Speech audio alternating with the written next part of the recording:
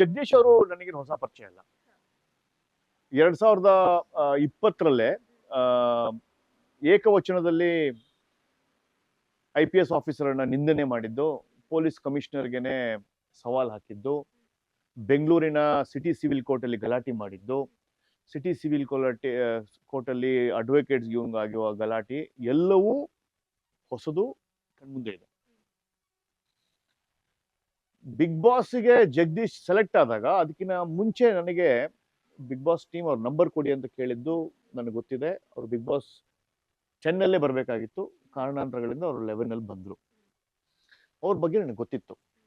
ಆದರೆ big boss ಶುರು ಆದಾಗ ಬಿಗ್ ಬಾಸ್ ಮನೆಯಲ್ಲಿ ವಿಚಿತ್ರವಾದ ಪದ ಬಳಕೆ, ವಿಚಿತ್ರವಾದ ಅಸಂಬದ್ಧವಾದ ಮಾತುಗಳು, ಬಿಗ್ ಬಾಸ್ ಅನ್ನೇ ಕೊಂಡ್ಕೊಂಡ್ಬಿಡ್ತೀನಿ, ಇದೆಲ್ಲ ನಾನು ಏನೇನೋ ಈ ಫಿಲ್ಮಿ ಡೈಲಾಗ್, ಆಂಧ್ರ ಫಿಲ್ಮ್ಗಿನ ಹೆಚ್ಚಾಗಿ ಡೈಲಾಗು ಹೊಡಿತಾ ಇದ್ರು.